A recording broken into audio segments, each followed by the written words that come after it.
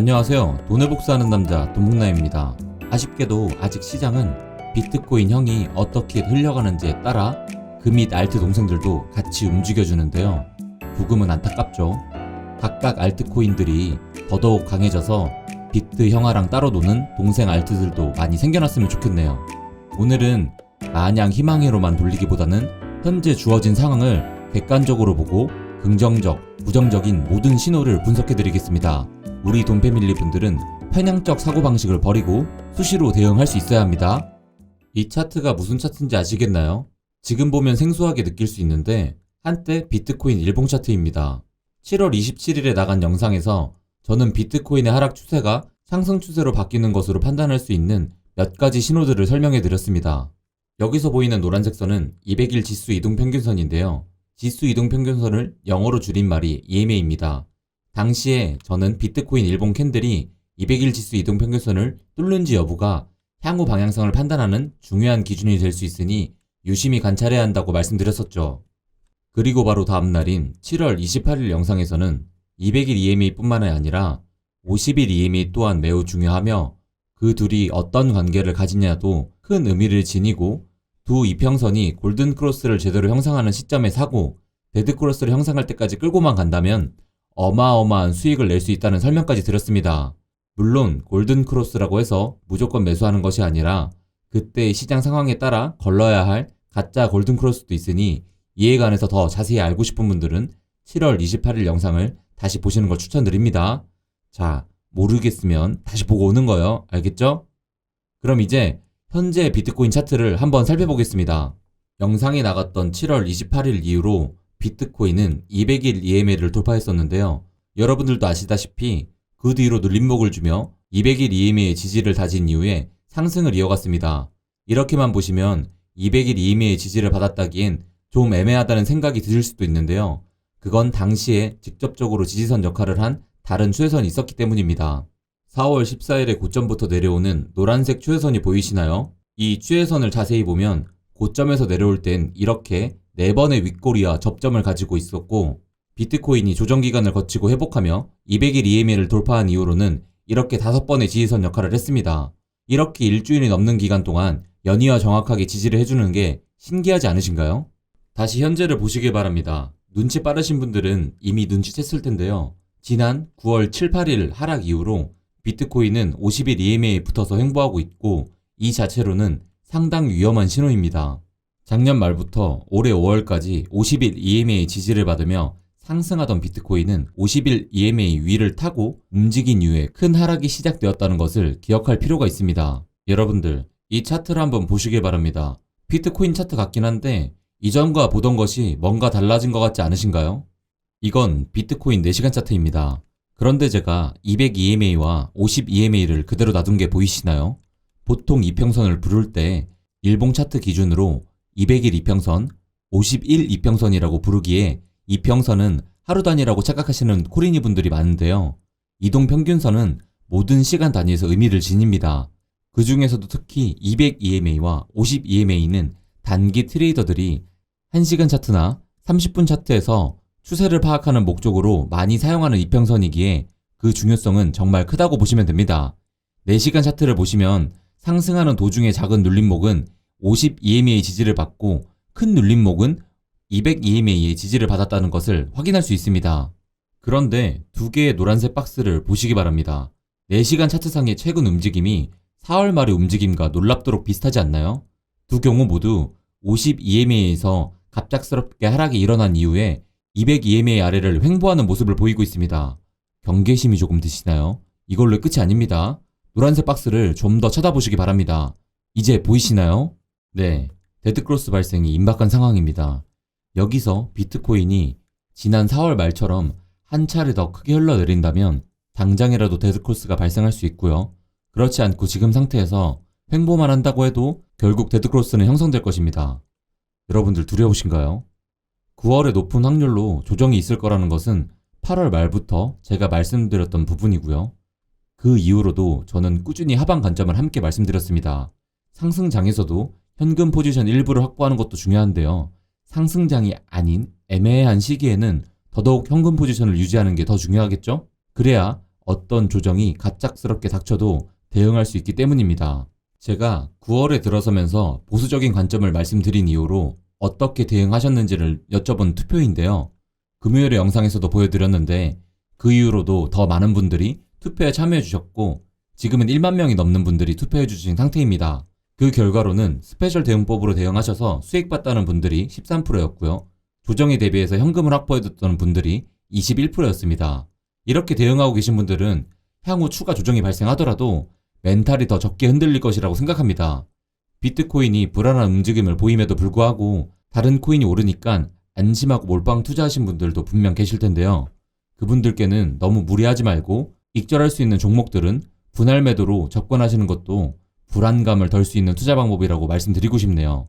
제가 하방 관점을 계속 말씀드리니까 너무 겁이 나시죠? 자, 여러분들 이제는 보다 긍정적일 수 있는 분석도 해드리겠습니다. 집중하시죠.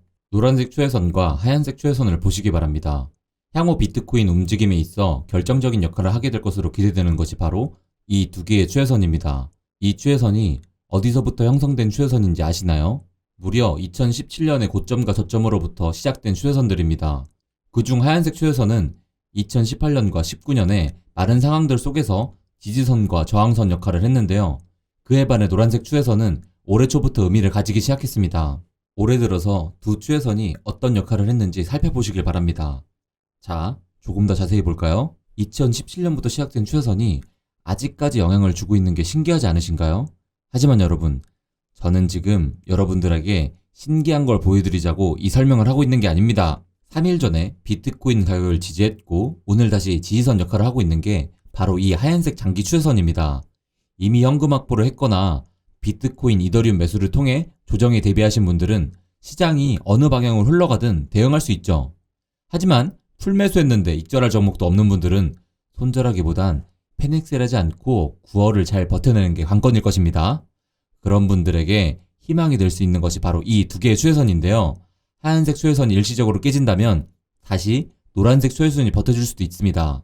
영상 초반에서 비트코인 일봉 차트와 4시간봉 차트의 지수 이동 평균선으로 보여드린 데이터는 상당히 위험한 스캐너를 보내고 있는 것이 사실이지만 이 두 개의 추세선이 강한 지지를 해준다면 지금 위치에서 큰 조정 없이 9월을 버틸 수 있는 시나리오도 있습니다.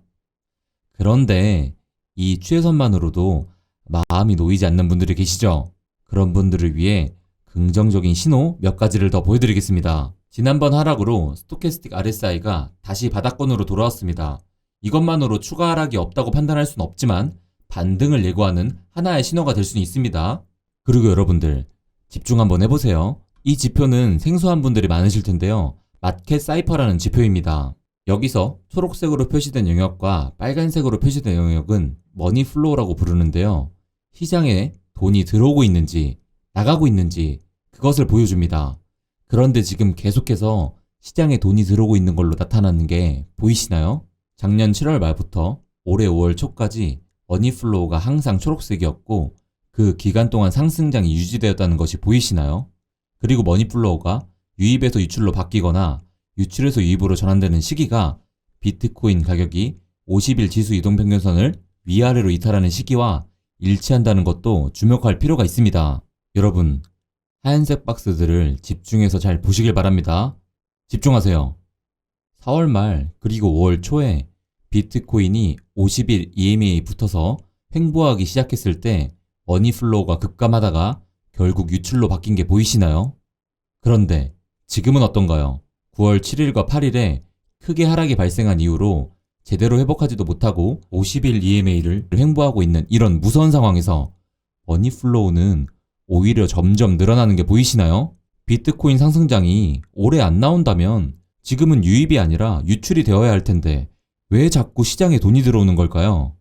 이런 지표가 모든 것을 말해주고 미래를 결정하는 요인은 아니겠지만 어쨌든 지금의 상황에서 우리가 취할 수 있는 하나의 긍정적인 단서임엔 분명합니다. 여러분, 우리가 조마조마해 가며 하루하루를 보내는 사이에도 그놈이 다가오고 있습니다. 바로 200일 이평선과 50일 이평선의 골든크로스입니다. 제가 아까 설명드린 지수 이동평균선은 EMA이고 지금 설명드리는 이동평균선은 단순 이동평균선입니다. 단순 이동평균선은 일반적인 이동평균선이라 보시면 되고 지수 이동평균선은 최근의 가격 변화에 보다 가중치를 둔 이동평균선입니다. 둘 모두 다 중요하지만 성격이 좀 다르죠. 지수 이동평균선은 빠른 대응을 할 수 있게 해준다면 단순 이동평균선은 지수 이동평균선에 비해 속도는 느리지만 대신에 무게감이 좀 있어요. 그렇기에 지금 보시는 200일 단순 이동평균선과 50일 단순 이동평균선이 골든크로스를 형성한다는 것 또한 지수 이동평균선이 골든크로스를 형성했을 때보다 더 결정적인 영향력을 가질 수밖에 없죠. 운영하는 돈의 규모가 크다 보니 개인처럼 쉽게 사고팔 수 없는 기관들은 200일 이평선과 50일 이평선의 골든크로스를 매수 신호로 보고 기계적으로 진입한다고 말하는 전문가도 있습니다. 그만큼 이번 골든크로스가 중요한데요. 비트코인 가격이 여기서 추가 하락이 크게 발생한다면 골든크로스에 실패한 것이 되기 때문에 앞으로 한동안은 더 지지부진한 움직임을 보여줄 수 있죠. 하지만 이번 주 중에 강한 상승이 나오면서 골든크로스가 형성된다면 그 자체만으로도 긴 상승장으로 들어서기 위한 셋업이 만들어지는 거라고 볼 수 있습니다. 저는 여전히 비트코인이 연말에 1억 이상 갈 거라고 믿고 있습니다. 그리고 그것은 맹목적인 믿음이 아니라 데이터를 근거로 한 믿음입니다. 미리 조정에 대비해 현금화 등 제시드린 효과적인 방법으로 대응하신 분들은 마음이 편안하시겠지만 전액 투자 중인 분들은 9월 너머를 볼 줄 알아야 합니다. 오늘 내일 가격만 본다면 버틸 수 없는 시장이죠. 그리고 여러분들은 이 기사를 보세요. 기관들 자금이 쏟아져 들어오고 있고요. 올해에만 170억 달러 상당의 기관 자본이 쏟아졌습니다. 그리고 앞으로도 더 많이 쏟아질 거라고 합니다. 우리는 초입 단계 시장에 미리 들어와 있는 걸지도 모릅니다. 앞으로 다가올 파티를 즐기기 위해 그에 맞는 복장을 준비해야 되겠습니다. 여러분들도 저랑 함께 파티를 즐기시겠습니까? 우리 돈패밀리와 저는 파티를 미리 준비하고 있겠습니다.